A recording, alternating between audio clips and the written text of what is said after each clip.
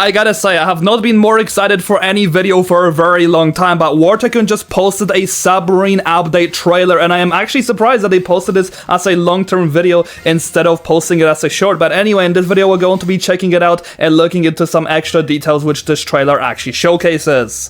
So here we go, this video is going to be exactly 33 seconds long, and this is going to be the first showcase of our brand new submarines. Let me actually quiet this video down so I don't actually get copyrighted, but here we have it. This is going to be the brand new building which we'll be receiving, and the size difference compared to the hovercraft building is actually huge. Like, this building might even be 3 times bigger, and then with this we also have the submarines. They're doing pretty well in terms of this video because it doesn't actually give away the full size of the submarine itself, because we cannot really compare it to anything. This is a small submarine in real life anyway, so it does kind of make sense. Anyway, we also get to look into the interior, and this is going to be the first picture over here, and then there's going to be a second one. I have to say that the interiors have never been the highest quality, not giving us the most detail, but it still is just a pretty nice and cool bonus. Anyway, once again we get to see the first submarine actually just going in the water. That is pretty cool. We also get to take a look at the parts, and looks like we're going to be having a maximum part count of 3. However, I do predict that we're also going to be able to go up to 4 if we do spend medals. This is pretty standard practice that War Tycoon actually follows,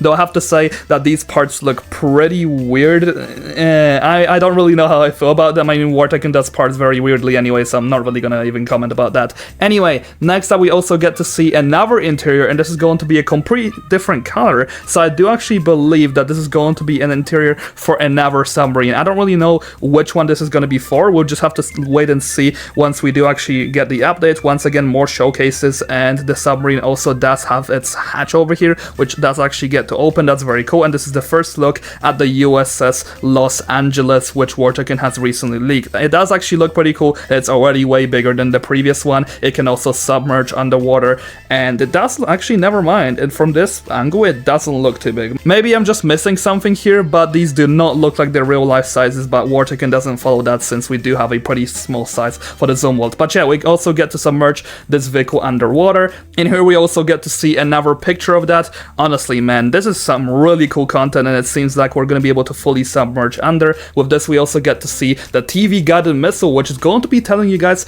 an altitude with how high you actually are. But with this, we also have a fuel system, meaning that we're not going to be able to aim this forever, kind of like the guided missiles, which always go forward, so we're not able to aim them forever anyway. But with this one, honestly, this does look somewhat realistic. It doesn't have obviously all the numbers on the sides, which is probably for the better, keeping it simplistic. But once again, this does look very cool. Another showcase of the submarine actually submerging underwater. Very cool. And then we also get to see the hatch open and close for the first starter submarine, which we have. This thing does actually look bigger than the previous one. I take back my words, but I really don't care about the size. I really hope that these vehicles will just end up being very cool. Once again, another showcase of using the TV guided missile, and we can actually make pretty sharp turns with this, and that is pretty much just going to be everything. Honestly, man, I am really excited for this update, and the fact they're posting this as a long form video really does tell me that they want this update to do incredibly well. I also do want this game to do well. I hope that it's going to be able to beat its peak concurrent users, which used to be 44k for the Dark Star update with the War Lab. Hopefully this update will actually perform better. But yeah, for the time being, that's pretty much going to be everything. Thank you so much for watching, and do let me know in the comment section down below what you guys think about this brand new video.